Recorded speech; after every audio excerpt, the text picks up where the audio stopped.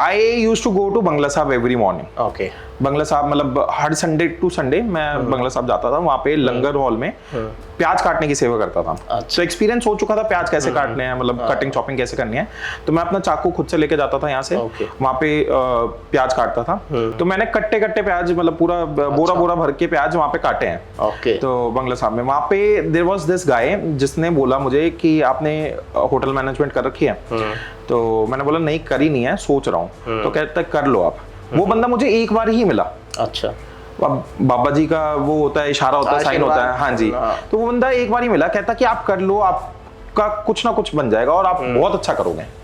तो that was the day जिस दिन मुझे रियलाइज हो गया कि हाँ मैंने होटल मैनेजमेंट ही करना है और मैंने शेफ ही बनना है।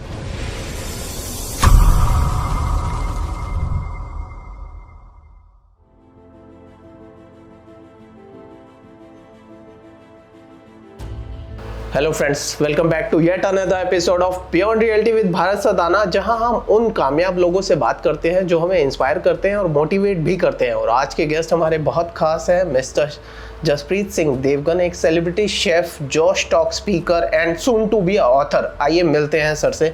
सर की हाल चाल थोड़े? बहुत बढ़िया जी, बहुत बढ़िया। थैंक यू सर टाइम देने के लिए। Thanks a lot for having me here. And मैं ना हमेशा हर जगह यही बोलता हूँ कि कहो नानक सब तेरी वडियाई, कोई नाम ना जाने मेरा।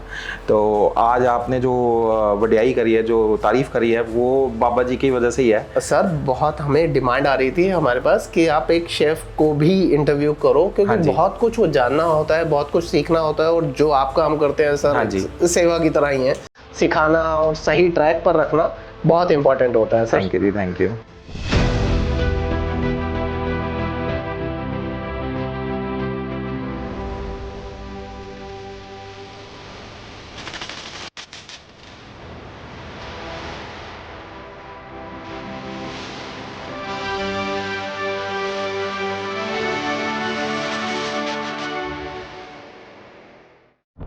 बात करते हैं आपकी शुरुआती दिनों से। सबसे पहले किचन एक्सपीरियंस कैसा रहा सर आपका? सबसे पहला देखिए, मैं अगर बात करूं अपनी ट्रेनिंग की, तो उस टाइम पे I was having some stones in my kidney. तो I have this history, medical history रही है मेरी। और मैंने पता नहीं यार, मेरा तो ऐसा रहा है कि मैंने तो किडनी में ना क्रेशर लगवा रखा है। अच्छा। कि एक निकलता है दोबारा हो जाता है, एक निकलता है दोबारा हो जाता है। तो थोड़ा डाइट भी ऐसी रहती है ना कि भाई आपको हर दिन अलग चीजें खानी है, तो you can not control your diet. तो अब कहते हैं कि भाई जब आपको किडनी स्टोन्स हैं तो you can not have nonveg. और नॉनवेज हमारी डाइट का एक मोस्ट इंपॉर्टेंट पार्ट हो जाता है, क्योंकि टेस्ट भी करना है और बनाना भी है हर किसी के लिए। तो दैट इज वन पार्ट जिस वजह से हमारा मतलब मेडिकल जो हिस्ट्रीज चलती हैं उस वजह से कंट्रोल नहीं होता। अच्छा। अब जैसे कि एक टाइम था जब मैं प्री डायबिटिक हो चुका था। तो फिर मैंने वर्कआउट करना स्टार्ट करा, तो I have controlled those things. तो ये चीजें ना हमारी लाइफ में चलती रहती हैं। और उस टाइम पे जब मेरी ट्रेनिंग थी तब स्टोन की हिस्ट्री, जैसे मैंने आपको बताया, स्टोन की हिस्ट्री थी। एंड हर जगह पे ना आपको कोई ना कोई मिलेगा जो तंग करता है। बिल्कुल। तो मेरे को एक ट्रेनिंग के टाइम पे एक शेफ मिले जो सीनियर थे, I respect him a lot, but तंग बहुत करा। अच्छा। तो मेरे को जैसे मिठाई सेक्शन में लगाया। और मिठाई सेक्शन के जो शेफ थे उनको ये होता था कि वो ना मतलब he was not from HM department, कि भाई उन्होंने होटल मैनेजमेंट की स्टडी नहीं करी थी। उन्होंने एक्सपीरियंस से मिठाई में एक्सपीरियंस लेके आए थे होटल में। तो जो बंदा, व्हाट आई फील कि कुछ लोग ऐसे भी होते हैं कि जो सोचते हैं कि अगर ये सीख गया तो ये मेरी जगह ले लेगा, अपना एक्सपीरियंस बांटना नहीं चाहते। हाँ जी। तो मेरे को भी ऐसे ही एक शेफ मिले जिन्होंने एक्सपीरियंस बांटना नहीं चाहते थे और मुझे कभी रेंज पे खड़े नहीं होने दिया। तो कुकिंग रेंज पे खड़े नहीं होने दिया। उन्होंने बोला कि भाई आप ये सामान ले आओ, ये कर लो, वो कर लो, ऑड वर्क्स कराते रहे। And one day I thought कि यार मैंने रसमलाई बननी है और मेरी फेवरेट मिठाई, एंड मेरे को ऐसा था कि मैंने सीखनी है। तो मैं रेंज पे खड़ा हो गया कि मैंने सीखना ही सीखना है। मैं काम करता रहा। उन्होंने मुझे सुबह, उनको भी पता चल गया, बंदे के इंट्यूशन पता चल ही जाते हैं। तो मुझे कहते कि जसप्रीत जाओ ये सामान ले आओ। हाँ। तो उस दिन इवेंचुअली मैं ही अकेला इंटर्न था। तो मुझे कभी किसी चीज का स्टॉक लेने के लिए भेज रहे हैं, और स्टॉक वाज लाइक कि फर्स्ट फ्लोर पे हमारा हमारा किचन था, बैंक्वेट किचन, और स्टॉक मिलता था बेसमेंट से। अच्छा। तो स्टॉक भी ऐसा कि भी अगर आपको इंडियन का स्टॉक लेके आना है तो आटे के कट्टे लेके आने हैं, बोरे लेके आने हैं, बड़े बड़े 2-2 3-3 बोरे लेके आने हैं, और साथ में चावल के बोरे लेके आने हैं। तो स्टॉक ऐसे लाना पड़ता था। पहले डेयरी का स्टॉक लाने भेज दिया, फिर आटे का, ऐसे करते करते पूरे दिन ऐसे करते रहे, टाइम वेस्ट कर। हाँ जी। तो मुझे रेंज पे नहीं खड़े होने दिया। उसके बाद मुझे कहते कि मतलब तब तक ऐसा हो गया था, जब बोरे आप घड़ीस के लाते हो ट्रॉली पे तो थोड़ा जोर लगता है, स्टोन का पेन शुरू हो चुका था मेरा। अच्छा। तो उन्होंने फिर बोला कि आप ऐसा करो, वॉक इन डी फ्रिजर होते हैं, वॉक इन फ्रिज होते हैं, तो वॉक इन से गुलाब जामुन का पतीला उठा लो। अच्छा। अब वो पतीला उठा के, ट्रॉली अंदर नहीं जाती थी, पतीला उठा के ट्रॉली तक लाना था। एंड मैंने पतीला उठाया, ट्रॉली तक आया। जब तक मैं ट्रॉली तक आया मैं गिर गया पेन की वजह से। अच्छा। और वो पतीला भी मेरे ऊपर, और सारे गुलाब जामुन चाशनी से लथपथ में पड़ा हूं नीचे। एंड जो शेफ थे वो आए और वो गाली देने लग गए। जो हलवाई शेफ थे वो आए, वो गाली देने लग गए कि जसप्रीत ये क्या कर दिया, ये वो गंदी गंदी गालियां। एंड अब मैं भी फ्रस्ट्रेट हो चुका था, मैंने भी शुरू कर दिया। तो जैसे को तैसा हो गया। तो फिर हेड शेफ आए, उन्होंने मुझे वॉशरूम भेजा क्लीन अप करने के लिए। एंड आई वॉज लिटरली, उस दिन इतना पेन हो रहा था, और मे बी शायद किडनी में स्टोन स्क्रैच होने की वजह से यूरिन में ब्लड आने लग गया। तो I was literally peeing blood that day. और मैंने आके अपने हेड शेफ को बताया, वो कहते कि जाओ आप घर चले जाओ। मैंने चेंज करा, मैं घर आया, मैंने डायग्नोज कराया, and I was diagnosed with infection in kidney. तो फिर मेरा बेड रेस्ट हुआ कुछ दिनों के लिए। तो ये मेरा पहला एक्सपीरियंस था जब मैं ट्रेनिंग किचन में काम कर रहा था। अच्छा। तो ऐसे थोड़ा पेनफुल भी था। हाँ, लेकिन एक्सपीरियंस, हर एक्सपीरियंस सिखाता है। हाँ जी, बहुत कुछ सीखने को मिलता है, बहुत कुछ सीखने को। तो आपको कब लगा ये मेरा पैशन है? कोई स्पेसिफिक वाव मोमेंट जो आपको याद हो? देखिए, कुकिंग तो I used to do in my younger days as well. And जब मेरा एक्चुअली सीन क्या था कि मतलब एक थोड़ी सी लंबी स्टोरी है, मैं आपका टाइम ज्यादा लूंगा थोड़ा। कोई दिक्कत नहीं सर, पूरा जानना है। तो आफ्टर 12th ना मेरा प्लान था पहले लॉ करने का। तो मैंने DU से ग्रेजुएशन स्टार्ट कर दी, बीकॉम की। तो DU की ग्रेजुएशन करते हुए ना डैड का फर्स्ट ईयर में ही डैड का एक्सीडेंट हुआ। तो he was bed ridden for some time. वो ट्रैवल नहीं कर पाते थे, और हमारा जो बिजनेस था हेवी अर्थ मूवर्स का, it included a lot of travel, it wanted a lot of travel। तो डैड ट्रैवल नहीं कर पाते थे, मुझे करना पड़ता था। तो मेरी स्टडी साइड बाय साइड चलती रही, और मैं बिजनेस में इन्वॉल्व हो गया डैड के साथ।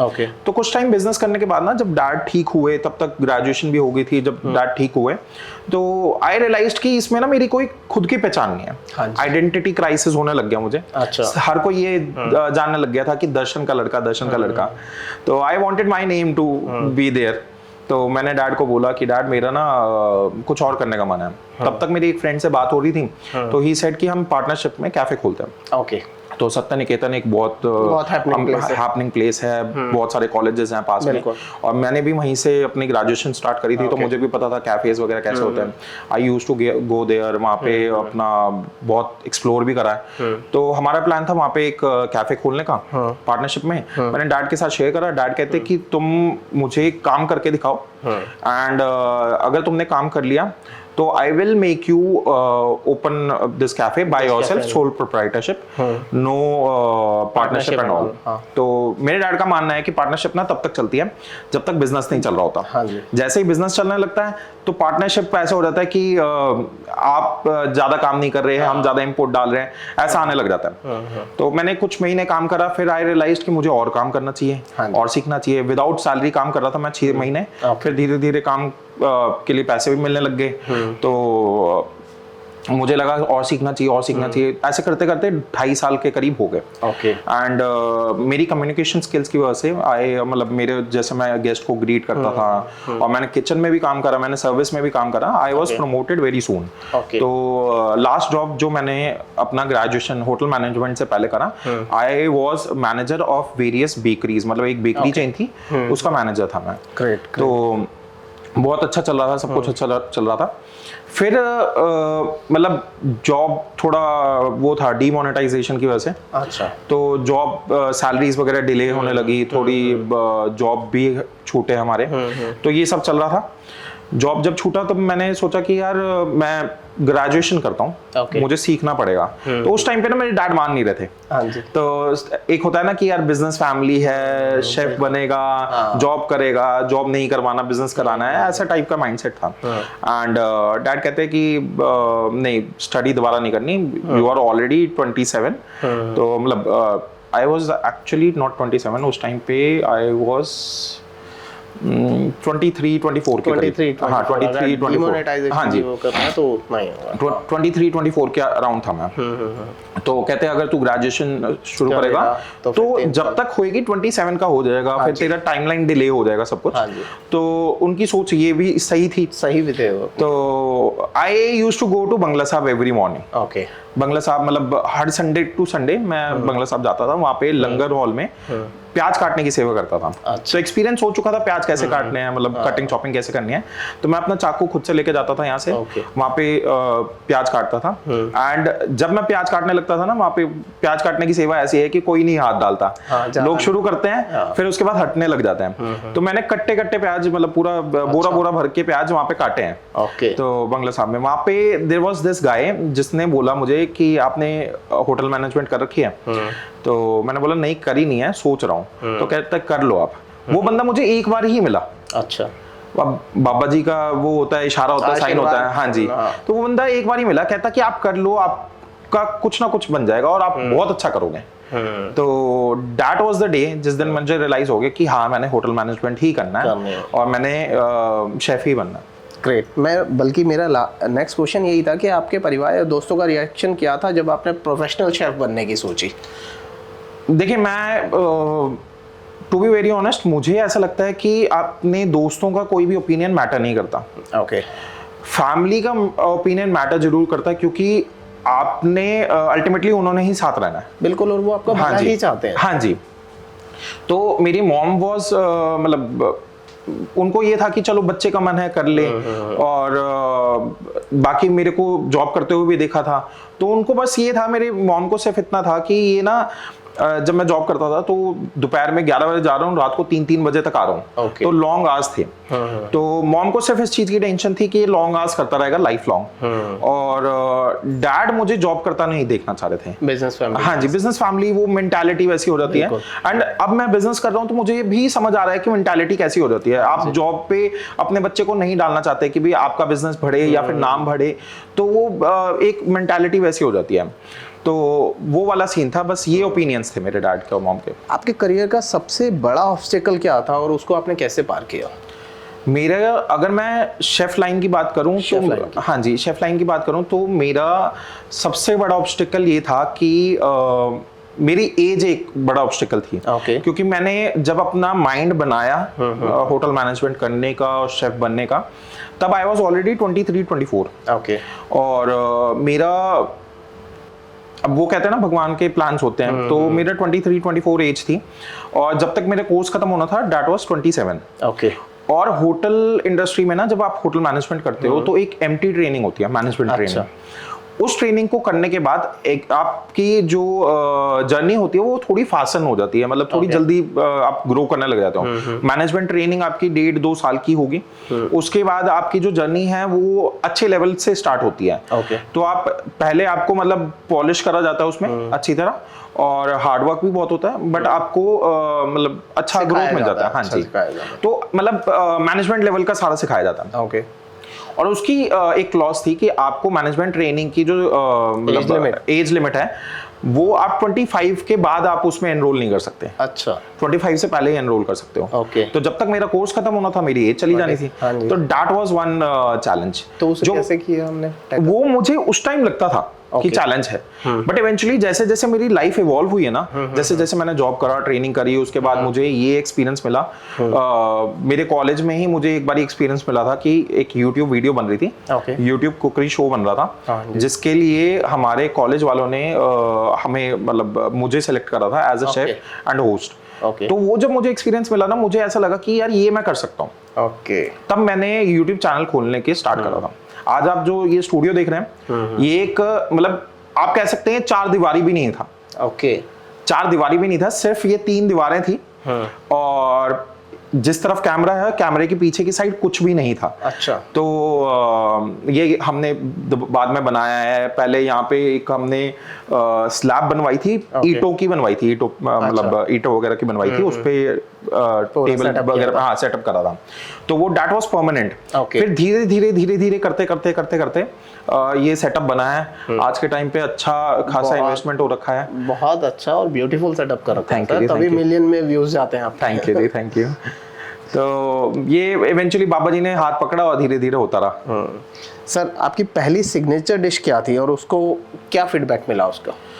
जो मैंने पहला टीवी शो बनाया था, टीवी शो के लिए मेरा पहली रेसिपी थी दैट वाज कढ़ाई पनीर। उनको बेसिक पंजाबी रेसिपीज चाहिए थी, पंजाबी चैनल था। ओके। तो उसको बहुत अच्छा रिस्पांस मिला था, क्योंकि हमने इंस्टेंट वाला कढ़ाई पनीर बनाया था। अच्छा। जिसमें आपको ज़्यादा मेहनत नहीं करनी पड़ती। ओके। और मैं अगर अपनी स्टडी टाइम की बात करूं तो मैंने होटल मैनेजमेंट में बहुत सारे कॉम्पिटिशन्स पे भी गया हूं मैं। तो एक मिर्ची का हलवा मैंने सुना था कि मिर्ची का हलवा बनता है, तो वो हरी मिर्च का हलवा बनाया था हमने। सर ये मैंने पहली बार सुना है। कभी आपको टेस्ट कराएंगे मौका मिला तो उसमें आपको मिर्ची फील नहीं होगी, आप खाओगे आपको पता नहीं चलेगा मिर्ची का हलवा। अच्छा। बिल्कुल एंड में थोड़ा सा बाइट आता है, ओके। मतलब थोड़ा सा टेस्ट आता है, किक आता है मिर्ची का, वरना आपको मिर्ची का पता नहीं चलता। अच्छा। और एक मैंने कॉलेज में मतलब उस मिर्ची के हलवे के लिए भी बहुत अप्रिशिएशन मिली थी। मैंने कंपटीशन में प्रेजेंट करा था and even the chefs, the जजेस वर अम्यूज्ड कि हम मिर्ची की जो तीखापन है वो कैसे हटा रहे हैं। ओके। तो दैट इज अ टेक्निक जिसके जो फॉलो करते हैं हम। और उसके अलावा जब जो मैंने शो की बताया, कुकरी शो जो कॉलेज में शूट होना था, हाँ जी, उसके लिए मैंने बनाई थी पहली रेसिपी लहसुन की खीर। अच्छा। और वो लहसुन की खीर भी सेम टेक्निक से उसके पंजेंट फ्लेवर जो होता है वो हटाते हैं। और उसमें आपको, आप लहसुन की खीर खाओगे ना, आपको पता नहीं चलेगा लहसुन है। और आपको ऐसा लगेगा जैसे आप बादाम की खीर खा रहे हो। अच्छा, ऐसे? हाँ जी। तो सर ये एक जादू आप ही कर सकते हैं। नहीं, जादू नहीं सुना था सर। जादू तो नहीं, बेसिक साइंस है। हाथ रखना सर बहुत इंपॉर्टेंट होता है। कई बार हाथ की कला बहुत मायने रखती है। हाँ जी। जिसकी कला उसी को भावे। वो सुखमनी साहब में ना एक लाइन है कि प्रभावे, मतलब भगवान को भाता है तो आपको गुण भी सारे मिल जाते हैं। बिल्कुल सर। तो भगवान को भाया तो उन्होंने गुण भी दे दी, कला भी दे दी। सर वो पूरा बाबा जी की पूरी कृपा है आपका sir. Thank you ji. Sir हर शेफ के लिए किचन का लेआउट कितना इंपॉर्टेंट होता है और आप खुद अपना आइडियल किचन कैसे डिजाइन करते हैं? Layout is very important. You want everything to be at your disposal very conveniently and very efficiently.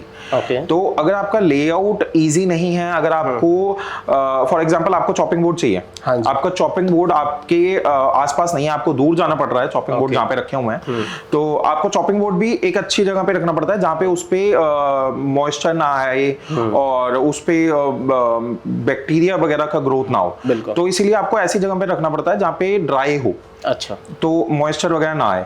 तो अगर आपने वो प्लेस ऐसी जगह पर बना रखा है जहाँ पे आपकी चॉपिंग नहीं हो रही, चॉपिंग वाले एरिया से दूर है, तो आपको वो उठाने में, मैं एक छोटा सा एग्जांपल दे रहा हूँ चॉपिंग बोर्ड का ही, हाँ जी, तो वो उठा के लाने में भी बहुत टाइम लगेगा और फिर आपकी कुकिंग टाइम बढ़ेगा। एंड देन अगर आप फॉर एग्जांपल, मतलब हमारे में टर्म होते हैं मीज़ाप्ला। मीज़ाप्ला इज कि आप कुकिंग से पहले अपनी सारी कटिंग चॉपिंग वगैरह कर लेते हैं, प्रिपरेशन कर लेते हैं। तो वो करने के लिए भी अगर आप जैसे फॉर एग्जांपल आपकी कुकिंग, जैसे मैंने बना रखा है अपना कुकिंग स्टेशन है, यहाँ पे हम मीज़ाप्ला करते हैं, यहाँ पे हम सारी प्रिपरेशन कर लेते हैं। तो अगर आपका ये कुकिंग स्टेशन दूर हो, मीज़ाप्ला वाला दूर हो, तब भी आप एफिशिएंटली काम नहीं कर पाएंगे। अब आप देख सकते हैं जैसे मैंने यहाँ पे सारी क्रॉकरी वगैरह रख रखी है, फ्रिज पास में है। अब हमारे स्टूडियो में only problem we face is, जब हमने जैसे आपको बताया कि भी हमने ग्रो करते करते ये करा है, तो हमने जो फेस करा है, यहाँ पे एक वॉश बेसिन नहीं है। हाँ जी। तो हमें वॉश बेसिन के लिए बाहर जाना पड़ता है, वो धो के लाना पड़ता है। एक तो वो टाइम ज्यादा कंज्यूम करता है और हमारी प्रोडक्टिविटी कम हो जाती है। तो ये किचन लेआउट का जो बहुत मायने रखता है। It is very important. Yes sir. आजकल जो है, जैसे I belong to a real estate person as a realtor, तो आजकल मॉड्यूलर किचन बहुत पसंद करते हैं लोग। उनके क्या मस्ट हैव फीचर्स हैं जो आपको लगता है कि ये तो होना ही चाहिए? आई फील आज के टाइम पे एल्यूमिनियम के मॉड्यूलर किचन बहुत चल रहे हैं। ओके। तो आपकी लकड़ी इज समथिंग जो आपके बर्तन गीले भी होंगे। हाँ, आप बर्तन रखेंगे, आपका लकड़ी का जो फ्रेम है वो फूलेगा भी ही, उसमें हाँ जी डैमेज होगा। एल्यूमिनियम में वो चीज नहीं है। ओके। एल्यूमिनियम में वेयर एंड टेयर नहीं है। और आजकल ऐसे भी आ गए हैं जो आप फॉर एग्जांपल आपने चेंज कराना है कुछ डिजाइन, वो बहुत इजी टू चेंज होता है। जैसे आपको लुक चेंज करानी है तो एक लुक देखते देखते ना बंदा बोर हो जाता है। बिल्कुल, ये बात तो आपने 2 साल के लिए एक लुक रखी, उसके बाद चेंज कराना है तो वो कन्वीनियंट चेंजिंग वाला मतलब एनवायरनमेंट चेंज वाला माहौल आपको मिल जाए तो वो इजी रहता है और इजी रहता है। हाँ जी, तो वो मॉड्यूल किया जा सकता है, हाँ सोचा जा सकता है। हाँ जी, बिल्कुल ठीक है सर। वेंटिलेशन, लाइटिंग या स्टोरेज के लिए कोई स्पेसिफिक टिप्स जो घर के किचन को प्रो लेवल बना सकते हैं? देखिए वेंटिलेशन आपकी अगर होती रहेगी तो आपको सबसे बड़ी चीज होती है एयर फ्लो होता रहेगा, तो आपको किचन में गर्मी नहीं लगेगी। हाँ जी, सही बोल। अगर आपका किचन एनक्लोज्ड प्लेस में है जहाँ पे हवा बाहर नहीं जा रही, एक तो वो आपने जैसे तड़का लगाया आपको छींके लग गई और बाकी सारी चीजें हो मतलब फॉर एग्जांपल छींके लग गई और तड़का लगाया, स्वेटिंग ज्यादा हो रही है, वो अब स्वेटिंग हो रही है तो अब कढ़ाई के ऊपर फेस करके देखोगे तो स्वेट भी खाने में जा सकता है, तो हाइजीन, हाँ जी, हाइजीन इशू भी है।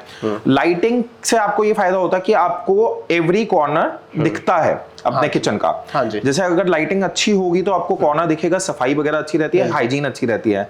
और आपने तीसरी चीज कौन सी बोली? स्टोरेज तो बहुत इंपॉर्टेंट है। आई फील आपकी पैंट्री जो है आपके किचन के पास में होगी तो आप स्टोरेज मतलब आपने सारी चीजें जो रखी हुई हैं, एक तो आपको पता रहेगा कि आपकी कौन सी चीज एक्सपायर होने वाली है, कौन सी चीज मतलब एक्सपायरी अप्रोचिंग है या फिर कौन सी चीज आपको यूज करनी है। और सेकेंडली आपका ऑर्डरिंग भी इजी रहेगा कि आपने फॉर एग्जांपल चाट मसाला खत्म होने वाला है, आपकी पैंट्री पास में आपने देख लिया चाट मसाला खत्म होने वाला है तो आप ऑर्डर कर सकते हो। यू कैन प्लान दो। हाँ जी, प्लान बहुत इजी दूर है या स्टोरेज यहाँ नहीं है तो फिर आपके माइंड से स्किप हो जाएगा। हाँ जी, ये व्हाट आई फील। हाँ जी, है ना। अगर आपका अपना ड्रीम किचन गुड़गांव में सेटअप करना हो, बजट साइड कर दें तो सबसे पहले क्या इंक्लूड करेंगे उसमें? गुड़गांव में अगर मुझे ड्रीम किचन बनाना हो तो मैं पहले तो मतलब अगर जैसे मुझे अपने रेजिडेंस के लिए लेना है और मेरा अब आप जानते हैं कि ये जो स्टूडियो है रेजिडेंस पे ही है, तो रेजिकम ऑफिस ही है मेरा। तो अगर मैं रेजिडेंस के लिए लूंगा तो पहली चीज तो मैं फ्लैट कल्चर जो है उसमें इन्वेस्ट नहीं करूंगा। फ्लैट कल्चर में मैं इन्वेस्टमेंट के लिए सोच सकता हूँ कि ग्रोथ अच्छा है, रिटर्न्स अच्छे मिल जाते हैं, बट रेजिडेंस के लिए आई वुड ऑलवेज प्रेफर कि जड़ से खरीदूं मैं जमीन। बिल्कुल उसमें आपको फ्रीडम है। हाँ जी। अगर मेरा जड़ से खरीदा नहीं होता ये घर, जैसे मेरे डैड वगैरह ने खरीदा है, जड़ से नहीं खरीदा होता तो शायद मेरा ये सेटअप पॉसिबल ना होता। बिल्कुल सही बात। अगर फ्लैट होता तो फ्लैट में मैं ऐसे टेबल्स आइलैंड वगैरह नहीं बना पाता या फिर पीछे ड्रिलिंग वगैरह की दिक्कत रहती, स्पेस भी नहीं मिलता हाँ जी, फ्लोर वाइज बनाने के लिए। हाँ जी, उसमें हाँ जी, तो ये इशू रह जाता। हाँ। तो because of this business of mind मेरा सेटअप ये हुआ है। बाकी हर किसी का अपना मतलब माइंड हो सकता है, मतलब माइंड सेट हो सकता है कि आपने कैसे इन्वेस्टमेंट करना है, कैसे आपने स्टे करना है। तो मेरा तो पर्सनली ये माइंड सेट है कि आपको जड़ से जमीन लेनी चाहिए। बिल्कुल। तो उसके अलावा अगर मुझे इन्वेस्टमेंट करनी हो तो I guess DLF is one thing जो आपका बहुत अच्छा रिटर्न्स देता है। एंड ऑल्दो ये ग्रो हो चुका है, हाँ जी, तो बट स्टिल बहुत अच्छा रिटर्न्स देता है। एंड जो यमुना एक्सप्रेसवे है वो आज के टाइम पे अगर पैसा हो किसी के पास तो मुझे ऐसा लगता है कि उस पे इन्वेस्ट करने में फायदा है। यमुना एक्सप्रेसवे, द्वारका एक्सप्रेस, गुड़गांव की अगर बात करें, क्योंकि द्वारका एक्सप्रेसवे पिछले 1 साल में वो रैपिडली ग्रो किया है, बहुत अच्छा, और अभी आने वाला टाइम भी उसका बहुत अच्छा है because of few factors, near to Delhi, near to airport, हाँ जी, नई कंस्ट्रक्शन हो रही है तो you are right to some extent कि हाँ बहुत अच्छा ग्रो कर रहा है आपके मतलब you have everything at just 15-20 minutes away from your place। yes, बिल्कुल सही। सर वास्तु या फेंग शुई कुछ लोग बिलीव करते हैं, क्या कुकिंग और एनर्जी फ्लो में इसका इम्पैक्ट आता है? मैंने सुना बहुत है, मैंने आज तक कभी प्रैक्टिस नहीं करा वास्तु। मैं मोस्टली मतलब आई ऑलवेज फील कि बाबा जी से ऊपर ना कोई पावर नहीं है। बिल्कुल। करन करान वाला मतलब एक है, दूसरा ना ही कोई, नानक दस बल्हार ना जलथल महल होए। तो मतलब मैं अभी फ्लुएंटली उतना अच्छा नहीं बोल पा रहा, तो आई एम रियली सॉरी। मतलब कमेंट सेक्शन में कुछ गालियां भी पड़ेंगी मुझे, नहीं, तो मैं इतना फ्लुएंटली नहीं बोल पा रहा। मैं पढ़ता रोज हूँ पाठ, मतलब पाठ पढ़ना नहीं चाहिए, पाठ सिमरन करना चाहिए, तो मैं सिमरन हर रोज करता हूँ। बट और बहुत कुछ अपनी लाइफ में डालने की भी सोचता हूँ। तो जैसे आप कह रहे हैं वास्तु वाला, I don't practice vastu, I don't believe in vastu. But हाँ, मैंने सुना है कि ऐसे एनर्जीज होती हैं, आपको कुछ चीज़ें रखनी चाहिए। जैसे मुझे एक वास्तु वाले ने बोला था, हमने यहाँ पे ना एक अभी तो शायद है नहीं, हमने एक हाथी रखा हुआ था अपने किचन में, मतलब एक क्ले का बना हुआ हाथी रखा हुआ था। तो मुझे वास्तु वाले ने बोला था कि किचन में कभी हाथी नहीं रखना चाहिए। अच्छा। एंड मैंने मतलब आई बीइंग बिलीवर ऑफ बाबा जी की, बाबा जी सब कुछ करते हैं, तो मैंने वो हटाया नहीं। तो अब रिजल्ट्स आपके सामने हैं। बिल्कुल सर, ग्रो ही कर रहे हैं। ग्रो ही कर रहे हैं, उल्टा ही अभी मुझे ये भी नहीं पता कि वो कहाँ पड़ा है कहाँ नहीं। अच्छा। तो मैंने कभी इन चीजों पे ध्यान ही नहीं दिया, और अल्टीमेटली वो बाबा जी करा रहे हैं सब, ग्रोथ भी बाबा जी नहीं देनी है, तो जब उनका मन करेगा तब देंगे। सर वो ब्रेक का वो भी यही है, मिलियन व्यूज भी आ रहे हैं, तो एट द एंड कर्म मायने रखते हैं। हाँ जी, नियत मायने रखती है आई गेस। बिल्कुल। एक मिथ कहते हैं शेफ्स घर पर सिर्फ सिंपल खाना खाते हैं, क्या ये सच है, ये सिर्फ मिथ है? नहीं, आई एग्री टू दैट। ये सच है, क्योंकि आप ना इतना फैंसी खा के इतना फैंसी खा के आप थक जाते हैं। बिल्कुल। और मेरा मतलब मेरा तो कंफर्ट फूड, मेरा फेवरेट फूड अगर आप मैं आपको बताऊं तो इट इज जस्ट दाल चावल। दाल चावल हो, साथ में आलू की थोड़ी सी करारी सी सब्जी हो जाए और पापड़ हो जाए, that is the ultimate food. या फिर खिचड़ी हो जाए, अल्टीमेट फूड जिसको मैं फीस्ट कर सकता हूँ पूरे दिन। अगर आप मुझे 3 बारी वो खिला देंगे, मैं वो 3 बारी खा लूंगा। तो ऐसा चीज है। और उसके अलावा इतना सारा फ्लेवरफुल खा के ना आपका मन करता है कि आप कुछ लाइट खा ले, सैलेड्स वगैरह खा ले, तो वो वाला सीन है। वो सही है। हाँ जी, क्योंकि रोज ही आपने कुछ नया खाना है रोज, तो ठीक है, कंफर्ट फूड होना चाहिए। ग्रेट। आपके हिसाब से बिगिनर कुक्स के लिए 3 मस्ट लर्न डिशेस कौन सी होनी चाहिए? डिशेस नहीं मैं बोलूंगा, मैं ये बोलूंगा कि अगर आप इंडिया के हैं, हाँ जी, तो आप शेफ बनना चाह रहे हैं, तो नो मैटर आप कोई भी कुजीन सीखें, आप जापानीज सीख लें, आप कोई भी कुजीन सीख लें, अल्टीमेटली मतलब वो कहते हैं ना, when in Rome be like Romans. तो when in India at least learn Indian cuisine. हाँ जी। तो अपने फ्लेवर्स को जानिए, अपने स्पाइसेस को जानिए, क्योंकि बहुत सारे ऐसे हैं, India is the biggest exporter of spices. Yes. तो जब आप स्पाइसेस के गढ़ में रह रहे हैं और हर जगह स्पाइसेस यूज होते हैं, अगर आप इटालियन कुजीन में चले जाएं तो व्हाइट सॉस में भी आपको बे लीफ और क्लोव का स्पाइस का फ्लेवर मिलेगा, नटमेग का फ्लेवर मिलेगा। तो वो इंडिया में अगर आप इंडिया में अगर आप रह रहे हैं, तो आप चाहेंगे कि मतलब मैं भी चाहूंगा कि भी सारे जो शेफ्स हैं, बिगनर शेफ्स हैं, वो अपने स्पाइसेस को जाने। बिल्कुल सही। कोई ऐसी स्पाइस या इंग्रेडिएंट जो लोग गलत तरीके से यूज करते हैं और उसे कैसे अवॉइड करें? स्पाइस और इंग्रेडिएंट, कोई भी स्पाइस है, जैसे फॉर एग्जांपल आप तड़का बना रहे हैं, तो तड़के के लिए एक बहुत लोग ऐसे करते हैं कि तेल गरम करने रख दिया, जीरा डाल दिया, उसके बाद लाल मिर्ची लेने भागते हैं। अच्छा। तो तब तक आपका जीरा जल जाएगा। तो अगर आप तड़का लगा रहे हैं तो सारी चीजें इकट्ठे करके रखें। बिल्कुल। और कोई भी आप छौंक वगैरह लगा रहे हैं, लहसुन वगैरह डाल रहे हैं, तो बहुत मैं लोगों को देखता हूँ कि वो ठंडे तेल में लहसुन डाल देते हैं। अच्छा। तो वो उसका कोई फ्लेवर नहीं आना। ओके। तेल गरम होना चाहिए, तभी आप अपना, वो कहते हैं ना, लोहा गरम होना चाहिए, तभी थोड़ा मारेंगे, तभी आपका फायदा मिलेगा। तो वो वाला सीन है।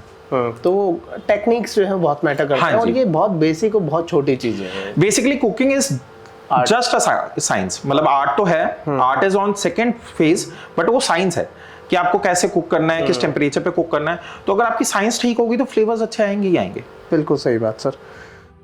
अगर आपको किसी सेलिब्रिटी के साथ 5 कोर्स डिनर कुक करना हो, कौन होगा वो सेलिब्रिटी और क्या होगा आपके मेनू में? मैं वैसे सच बताऊं तो मैं इस लेवल पे हूं ही नहीं कि किसी सेलिब्रिटी शेफ के साथ एक 5 कोर्स मील कुक कर सकूं।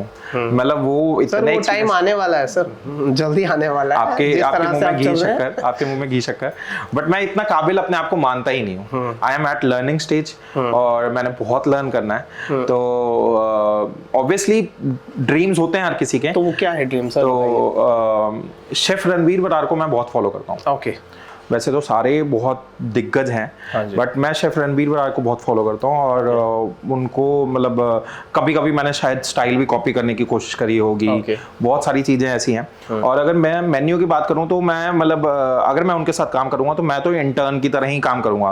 कि मेन्यू वगैरह तो मेरी कहाँ हैसियत मैं डिज़ाइन करूँ, तो उनके साथ इंटर्न की तरह ही काम करूँगा। और मोस्ट ऑफ द टाइम तो मेरा उनको निहारते हुए निकलेगा कि यार ये कैसे बना रहे हैं, कैसे एफर्टलेसली कुक कर रहे हैं। तो ऐसे ही निकलेगा मैं तो उनके साथ टाइम। ग्रेट। अपना खुद का रेस्टोरेंट ओपन करने की फ्रीडम हो गुड़गांव में, तो उसका क्या नाम रखेंगे और थीम क्या होगी सर?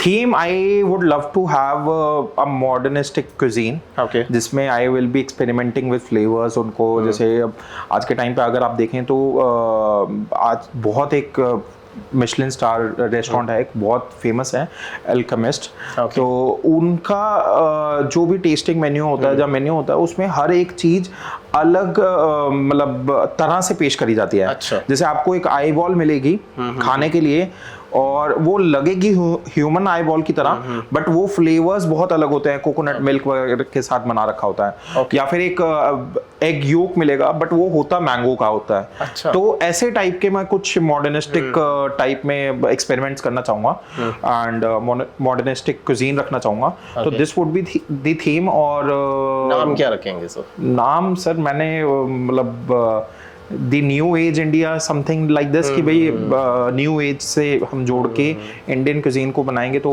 नाम उस टाइम ही सोचेंगे। अभी तो कोई प्लान्स भी नहीं है ऐसे। न्यू जे इंडिया भी ठीक सा साउंड कर रहा है, लेकिन और थोड़ा सोच के रखना हाँ जी, पड़ता है। हाँ जी। ग्रेट। एक डिश जो वर्ल्ड क्यूजीन का मैशअप हो, इंडियन मसालेदार फ्लेवर्स और इंटरनेशनल ट्विस्ट, कैसे डिजाइन करोगे?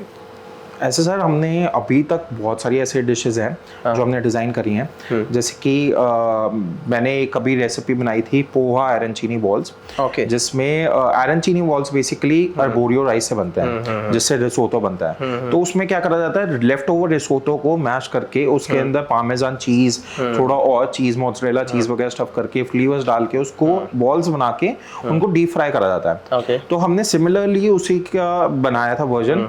आप उसको खिचड़ी के साथ भी बना सकते हैं। खिचड़ी मतलब अर्बोरियो राइस इज स्टिकी राइस, तो बहुत स्टार्ची राइस होता है, स्टिकी राइस होता है, तो वही आप खिचड़ी के साथ भी कर सकते हैं। And then you can also make with biryani as well.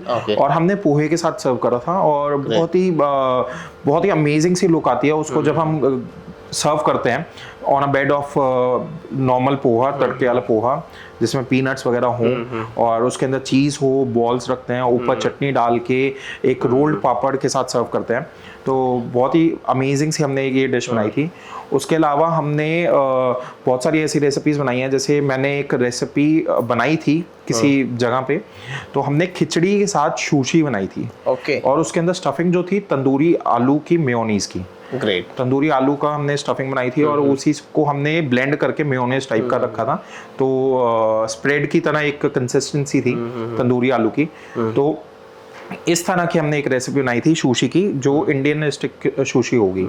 तो वैसे कहते हैं ना कि जैसे आप मतलब north India, Delhi specially, Janakpuri, Vikaspuri, कोई भी आपकी चीज़ होगी ना, जो फॉर एग्जांपल शूशी आ गई या फिर मोमोज आ गए। मोमोज तो हमने तंदूरी मोमोज बना दिए। वैसे ही हमने एक तंदूरी इडली बनाई थी। अच्छा। और जब हमारे घर पे जब इडली बनती है तो बल्क में बनती है। अच्छा। क्योंकि हमारे घर पे ऐसा होता है कि जब इडली बन रही है तो हमारे आस पड़ोस वाले इडली बहुत पसंद करते हैं मम्मी के हाथ की, वो बल्क में बनती है। तो अगर कुछ इडली बच जाती हैं और आप कुछ स्पेशल स्नैक खाना चाहते हैं, तो tandoori idli is one thing जो इंस्टाग्राम पे चली भी बहुत थी हमारे पेज पे, और लोगों को पसंद भी आई। कुछ लोगों को पसंद आई, कुछ लोगों को ऐसा लगा कि क्या कर दिया इडली के साथ। और एक इंस्टाग्राम इन्फ्लुएंसर है, उन्होंने रिएक्ट भी करा था कि इडली के अंदर हमने जब सीख डाली थी तो उन्होंने बोला कि कटप्पा की जगह मतलब कटप्पा ने बाहुबली को मारा था, हमने इडली को मार दिया। तो ऐसे टाइप में रिएक्ट करा था। बट आई बेट अगर आप ट्राई करेंगे तो आपकी वन ऑफ द फेवरेट बन जाएगी तंदूरी पनीर के बाद। सर अगर जैसे अभी आपने सोशल मीडिया की बात की, हाँ जी, सोशल मीडिया ने आपको ग्रोथ बहुत अच्छी दी है, लेकिन क्रिटिसिज्म भी बहुत मिलता है। हाँ जी। उसको कैसे टैकल करते हैं सर आप? सर मुझे अभी तक तो सोशल मीडिया ने ट्रेन कर दिया है।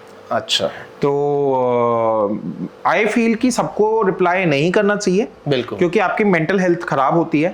बट अगर आप if you are strong enough, तो आपको पता है कि यार जो आप चीज बना रहे हो ना वो गलत नहीं है। बिल्कुल। जैसे मैंने तंदूरी इडली बनाई है, आप खाने के साथ एक्सपेरिमेंट कर सकते हैं। बिल्कुल। मैंने एक रेसिपी बनाई थी जिसमें हमने बिना भिगोए छोलों के साथ हमस बनाई थी, जो इंस्टेंट बनती है। अच्छा। अगर आप हमस का प्रोसेस देखें तो छोलों को ओवरनाइट भिगोना पड़ता है। बिल्कुल। अगर आप बाय चांस छोले भिगोना भूल गए और आपके घर पे कोई गेस्ट आ गया, छोले या राजमा भिगोना भूल गए हैं, आपके घर पे कोई गेस्ट आ गए हैं और आपने उनको ये रेसिपी खिलानी है, छोले या राजमा खिलाने हैं, तो आप इंस्टेंट कैसे बना सकते हैं, वो मैंने ट्रिक बताई थी। ओके। अब लोग क्या करते हैं, क्रिटिसिज्म की बात करें तो लोग क्या करते हैं, वो रेसिपी किसी के पास टाइम नहीं है ट्राई करें, और ये रेसिपीज ऐसी हैं कि आपकी लाइफ सेवर हो सकती हैं। बिल्कुल। कि आप इंस्टेंट आपने कोई भी चीज बनानी है तो कैसे बनाएं, तो ये लाइफ सेवर है। वो लोग ट्राई नहीं करेंगे, क्रिटिसाइज करने लग जाएंगे कि ये कैसे हो सकता है कि छोलों के अंदर मतलब अगर आप भिगो नहीं रहे तो गैस्ट्रिक प्रॉब्लम्स होंगी, ये होगा वो होगा।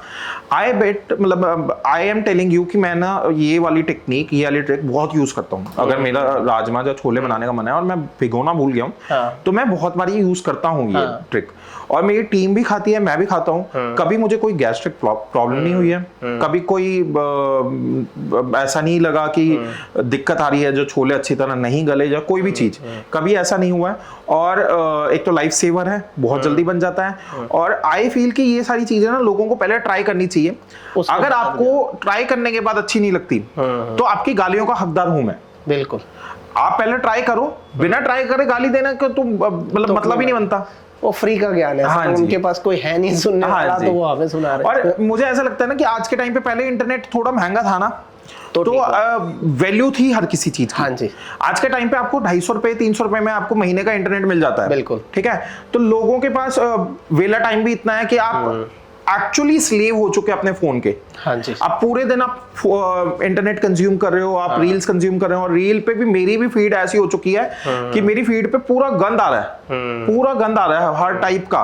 और जब मैं देखने लगता हूँ ना कि क्या आइडियाज हम ले सकते हैं अपने फेलो इंस्टाग्राम इन्फ्लुएंसर से या फिर कंटेंट क्रिएटर से, कि भी क्या आइडिया हम ले सकते हैं, हम क्या इनोवेट कर सकते हैं, तो मेरे पास गंद ही आ रहा है, लोग भी कंज्यूम कर रहे हैं। सर कंटेंट की क्वालिटी तो डाउन हुई है, ये मैं मानता हूँ, क्योंकि अब जैसे हम भी अगर कुछ आइडिया लेने के लिए ही देखते हैं तो वहाँ आपके पास वैरायटी आ जाती है। हाँ जी। अब वो चॉइस हमारी है कि हमें क्या देखना है क्या नहीं देखना, लेकिन परोसा ज्यादा गलत ही जा रहा है। हाँ जी, ये मैं भी I can feel that. Sir moving to next question, अगर आपको कोई एक लोकल फूड स्टॉल को अपस्केल करके फाइन डाइनिंग बनानी हो तो सबसे पहले क्या चेंज करेंगे? फाइन डाइन तो नहीं, बट आई फील कि जो अपस्केल हो सकता है आज के टाइम पे, हाँ जी, that is golgappe. Okay. Golgappe something जो हर जगह मिल रहे हैं, अलग अलग नाम से मिल रहे हैं। बिल्कुल। एंड सिर्फ मिंट वाला या हींग वाला या इमली वाला पानी क्यों? मैंने अभी बहुत अच्छे अच्छे एक्सपेरिमेंट्स करे हैं, मेरी टीम ने एंजॉय भी करा है। हमने अमरूद का पानी बनाया, हमने पाइनएप्पल का पानी बनाया, हमने कीवी का पानी बनाया, हमने मैंगो का पानी बनाया। एंड दीज आर समथिंग जो मतलब एक फ्लेवर ला सकते हैं फॉर अ चेंज, जो कि ये आपने सही बोला कि ये दुखती रग है। हाँ जी। गोलगप्पे यार आप मार्केट जा रहे हो ना, और आपको हल्का फुल्का कुछ खाना है, तो सबके माइंड में ये आएगा या तो कोई चाट खा लो, फर्स्ट गो टू। हाँ जी, फर्स्ट गो टू स्नैक है। आप मार्केट में घूम रहे हो, हर जगह मिल जाएगा, इजीली अवेलेबल है। So someone who can bring in more flavors और फ्रूटी फील लेके आ सकते हैं आपके गोलगप्पों को, तो वो बहुत एक ऐसी चीज है जो हिट होगी फॉर श्योर। ये बहुत अच्छी टेक्निक है सर, कोई अगर लेना चाहे, सीखना चाहे तो फॉर श्योर सीख सकते हैं। और रेसिपीज के लिए you can follow us on Instagram. हमारी ये गोलगप्पे सीरीज बहुत अच्छी चल रही है। ग्रेट। सर अब हमारा एक सेगमेंट है आस्क द एक्सपर्ट। तो हमारा पहला क्वेश्चन, कुमुद बत्रा जी, आपका जो क्वेश्चन था, now I am asking him, traditional versus modern way of cooking. Traditional way जो है टाइम टेकिंग है लेकिन हेल्थ कॉन्शियस रहता है, जबकि मॉडर्न वे जो है टाइम तो बचा लेता है, हाँ जी, लेकिन वो कितना हेल्थ कॉन्शियस रहता है वो। सर ये क्वेश्चन हमारा पूछा है कुमुद बत्रा जी ने। She is a working lady, CA by profession, और हमारी एक फॉलोअर है। हाँ जी। तो ये क्वेश्चन का आंसर दीजिए प्लीज उनके लिए। तो आई वुड लव टू से कि आपके पास आज के टाइम पे सबके पास टाइम की कमी है। बिल्कुल। ठीक है जी। तो और आई फील कि अति हर चीज की बुरी होती है। हाँ जी। अगर आपके पास टाइम नहीं है, आप ब्रेकफास्ट स्किप कर रहे हैं, और आपको ब्रेकफास्ट के लिए इंस्टेंट रेसिपीज चाहिए, हाँ जी, तो आप ट्रेडिशनल वे से ही बहुत अच्छी अच्छी चीजें कर सकते हैं। ओके। कि फॉर एग्जांपल ब्रेकफास्ट में ऑप्शंस होते हैं उपमा, पोहा, हाँ जी, या फिर आप जो चिवड़ा होता है, जो ट्रेल स्नैक्स होते हैं, ट्रेल स्नैक्स होते हैं, आप वो बना के रख सकते हैं। आप पोहे का प्रीमिक्स बना के रख सकते हैं। ओके। वो ट्रेडिशनल भी हो जाता है, पर टाइम कंज्यूमिंग नहीं होता। आप मॉडर्न वे में आप पोहे का आप लेके आगे, मतलब पोहे का जो चिवड़े का प्रीमिक्स ले आए, उसमें इतने सारे प्रिजर्वेटिव्स हैं, है, इतना सब कुछ है, और बहुत हाई कॉस्ट पे आपको कम मिलता है। ओके। जबकि आप बहुत मिनिमल कॉस्ट पे आप उपमा का प्रीमिक्स बना सकते हो, जो आप स्टोर कर सकते हो एटलीस्ट अ मंथ के लिए। आप अपने फ्रिज में डाल के रख दीजिए, फ्रिज में रखिए, स्टोर करिए, और जब भी बनाना है सिर्फ 5 मिनट में तैयार हुआ। Okay. तो आपको अपनी लाइफ को बैलेंस पे लाना पड़ेगा। हाँ कि आपको मॉडर्न, जैसे फॉर एग्जांपल आप कहते, हर कोई कहता है कि आप pressure cooking is not good. Pressure cooking से आपका न्यूट्रिशन लॉस होता है, बहुत सारी चीजें होती हैं। बट आपको जब जल्दी करना है तो फिर मतलब आपके गेस्ट आ गए फॉर एग्जांपल, या फिर आपको जल्दी कहीं जाना है, तो प्रेशर कुकिंग करनी पड़ेगी। हाँ जी। उसको आप मिनिमम टाइम के लिए कर सकते हैं कि आप रिपीट ना करें ज्यादा बार। जैसे आपने प्रेशर कुकिंग करनी है महीने में एक बारी, जब आपको बहुत अर्जेंट नीड है तब आप करके रख लो, कर लो, आप वो प्रेशर कुकिंग कर लो, एक्सेप्टेबल है। अति मत बनाओ किसी भी चीज की। सही बात है सर, अति हर चीज की खराब होती है। सर अब रैपिड फायर राउंड एक करते हैं, क्विक आंसर्स। बटर चिकन या राजमा चावल? राजमा चावल। चाट मसाला या गरम मसाला? Chaat masala. Midnight craving, pizza या paratha? I don't eat at night. Great. Most overrated dish आपके हिसाब से? ओवररेटेड डिश मेरे हिसाब से, ये तो थोड़ा कंट्रोवर्शियल हो जाएगा। मेरे हिसाब से सारडो पिज़्ज़ा इज ओवररेटेड। ओके। आप नॉर्मल जो पिज़्ज़ा डो होता है, मतलब उसके सारडो के बहुत सारे बेनिफिट्स भी हैं, बट नॉर्मल पिज़्ज़ा को अगर आप ज़्यादा देर तक, मतलब पिज़्ज़ा डो को आप ज़्यादा देर तक फर्मेंट करोगे, तब भी सारडो से बेटर फील होता है मेरे हिसाब से। अच्छा, एक स्पाइस जिसके बिना कुकिंग अधूरी लगे? एक स्पाइस जिसके बिना कुकिंग अधूरी लगे, मेरे लिए वो जीरा हो सकता है। ओके। भुना जीरा पाउडर हो सकता है, क्योंकि I love to add in savoury dishes, I love to add bhuna jeera in everything, और जीरा इन एवरीथिंग। एंड एक कोरिएंडर सीड्स भी ऐसे हैं जो मुझे बहुत पसंद है। एंड देन इलायची, अगर मुझे मीठा बनाना है तो इलायची is one of the spice जो मैं हर चीज में डालने की कोशिश करता हूँ। ओके। एक किचन गैजेट जिसके बिना आप नहीं रह सकते? एक किचन गैजेट जिसके बिना मैं नहीं रह सकता, बहुत सारे हैं यार। मैं एक टॉप ऑफ द माइंड। आज के टाइम पे pressure cooker is one thing जिसको अभी हम क्रिटिसाइज भी करके हटे हैं, but pressure cooker is something जिसके बिना मैं नहीं रह सकता। अगर शेफ नहीं होते तो क्या करते? शेफ नहीं होते तो पापा ने बिजनेस ही कराना था। हाँ, पापा ने बिजनेस ही कराना था, बट मैं मतलब I am very good at talking to people. Okay. I am very good at talking to people, उनसे उनको जानना। शायद मैं साइकोलॉजिस्ट बनने की कोशिश करता। ओके। मे बी लोगों की बात, मतलब लोगों की लाइफ में क्या चल रहा है, क्या उनका मतलब ऐसा पेन वाला पार्ट है, वो जानना मुझे अच्छा लगता है। एक सेलिब्रिटी जिनके लिए कुक करना सबसे बड़ी अचीवमेंट होगी? मोदी साहब। ग्रेट। कुकिंग में क्या इंपॉर्टेंट है, परफेक्शन या इम्प्रोवाइजेशन?